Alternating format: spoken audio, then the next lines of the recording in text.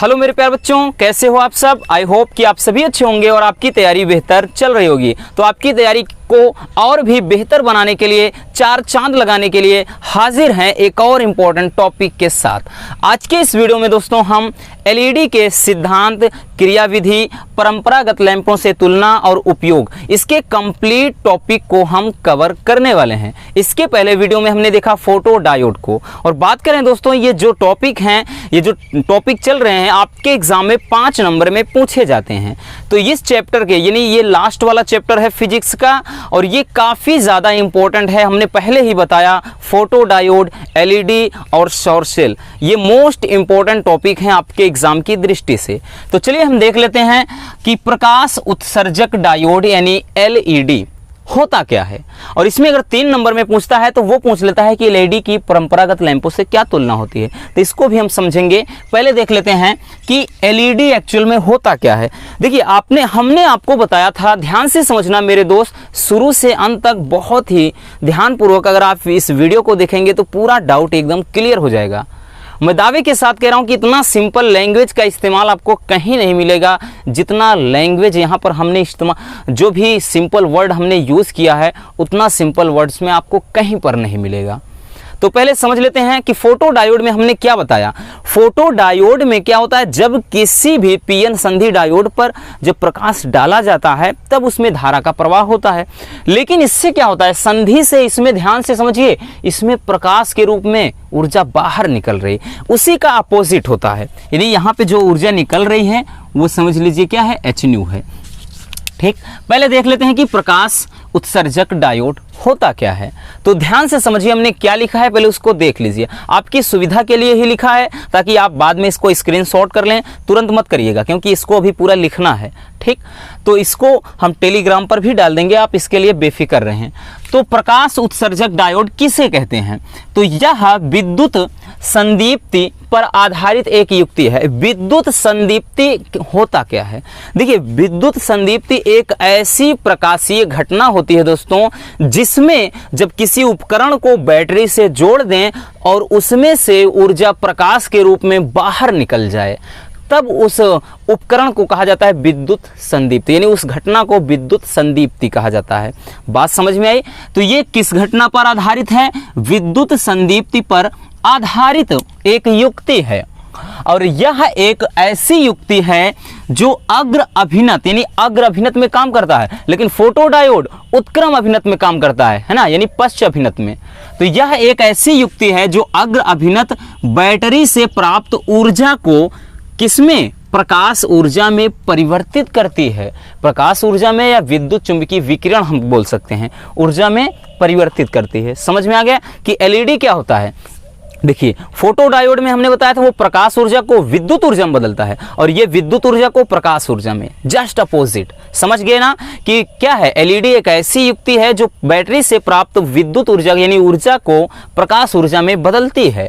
और इसका सबसे ज़्यादा इसका फुल फॉर्म पूछता है 1 नंबर में, तो इसका जो फुल फॉर्म है वो लाइट एमिटिंग डायोड। क्या है, लाइट एमिटिंग डायोड इसका पूर्ण नाम है। ठीक, एल यानी लाइट, ई यानी एमिटिंग, और उसके बाद डायोड यानी प्रकाश उत्सर्जक डायोड, हिंदी में इसको अपन कहते हैं। ठीक, अब बात आती है कि संरचना, इसकी स्ट्रक्चर कैसी होती है, बनावट कैसी होती है मेरे दोस्त। आप यहाँ से फिगर देख लीजिए कि इसको बनाते कैसे हैं।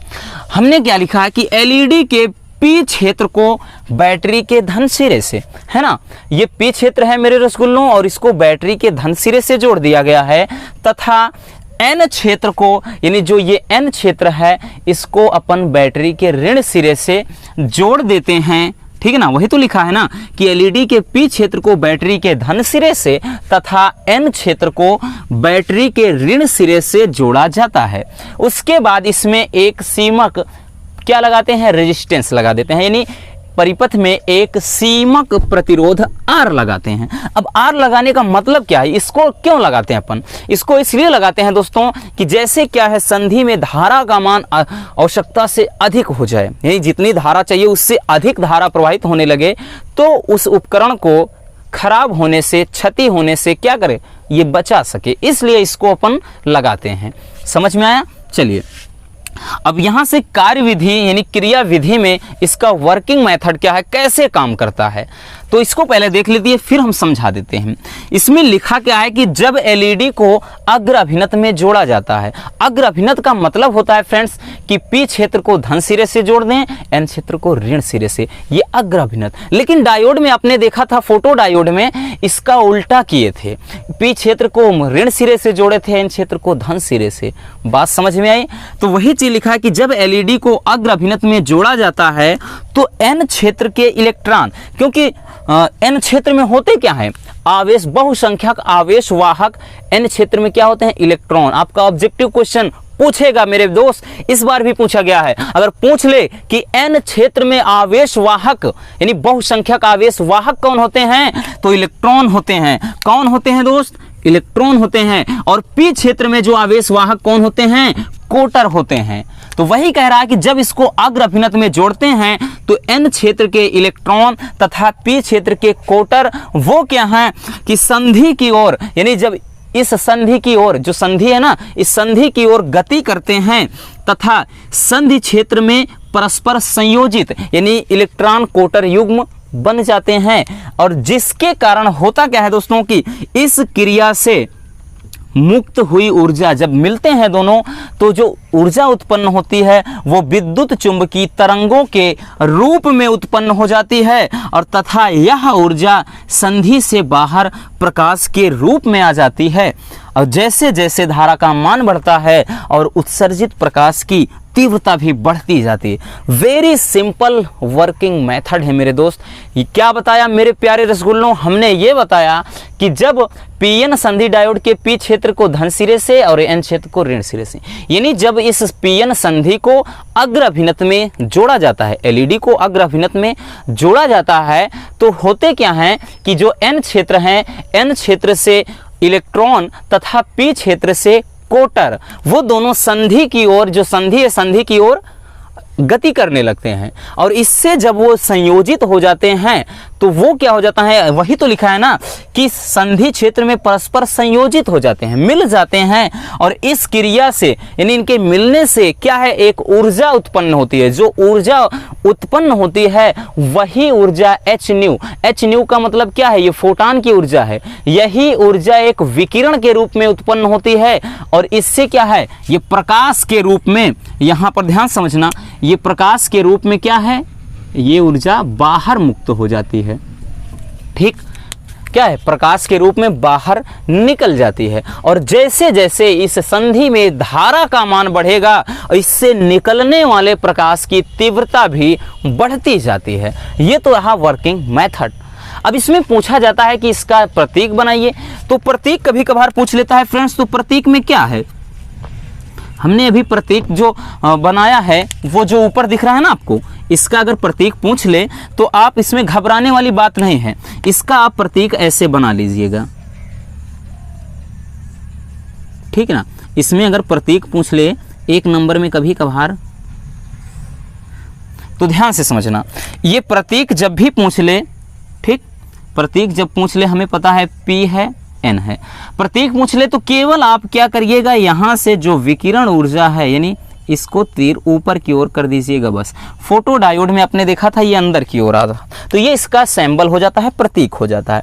अब बात करते हैं कि एलईडी की परंपरागत लैंपों से तुलना क्या होती है, यानी ये परंपरागत लैंपों की अपेक्षा इनमें क्या लाभ होते हैं, इनकी क्या उपयोगिता होती है। तो हम बात करें दोस्तों, जो एलईडी होते हैं इनसे तुलना करेंगे तो ये सबसे पहले क्या होता है कि इनकी जीवन क्षमता यानी जीवन काल जिसको बोलते हैं अधिक होती है। इनकी लाइफ लाइन क्या होती है मेरे दोस्त, अधिक होती है। ठीक, इनकी जो जीवन क्षमता है वो क्या होती है, अधिक होती है। ठीक, दूसरा क्या है फ्रेंड्स कि इनमें ऊष्मा का ह्रास ना के बराबर होता है, इसमें ऊष्मा की हानि नहीं होती है। जैसे अदर बल्ब होता है ना तो उसमें बहुत ज़्यादा गर्मी निकलती है, लेकिन क्या है, इसमें ऊष्मा की हानि नहीं होती है। नेक्स्ट हम क्या लिख सकते हैं कि इनका आकार, ठीक ना, जो एलईडी होते हैं इनका आकार, आधार लिख रहे हैं, क्या लिख रहे हैं भाई साहब, इनका आकार छोटा होता है, यानी ये परंपरागत लैंपों की तुलना में इनका जो आकार होता है वो छोटा होता है।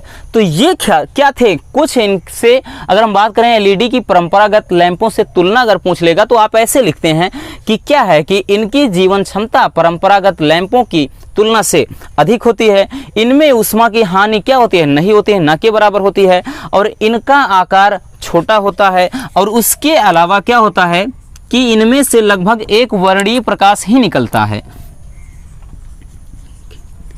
इनमें से एक वर्णीय प्रकाश निकलता है, प्रकाश निकलता है, एक वर्णीय प्रकाश निकलता है, ठीक है ना। ये क्या होते हैं इनके, हम बात करें इन परंपरागत लैंपों की से तुलना। लेकिन दोस्तों इसमें कभी कभार पूछ लेता है आपका उपयोग भी, तो हम इसके कंप्लीट टॉपिक को हम कवर करेंगे ना, हमें 5 नंबर लेना है तो हम पूरा का पूरा टॉपिक कवर कराएंगे।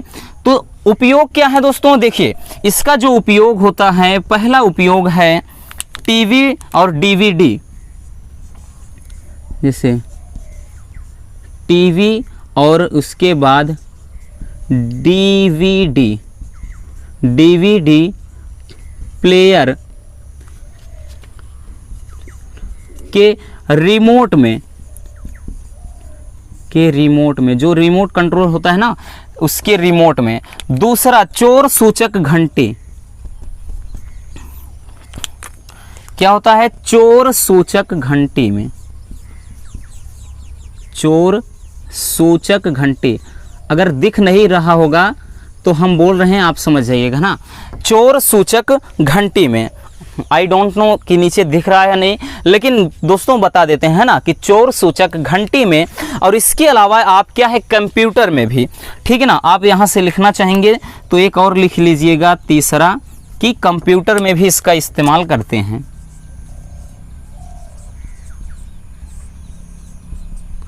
तो ये होता है इसका उपयोग, ठीक ना।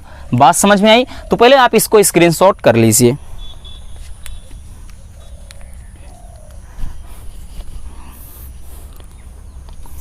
कर लिया?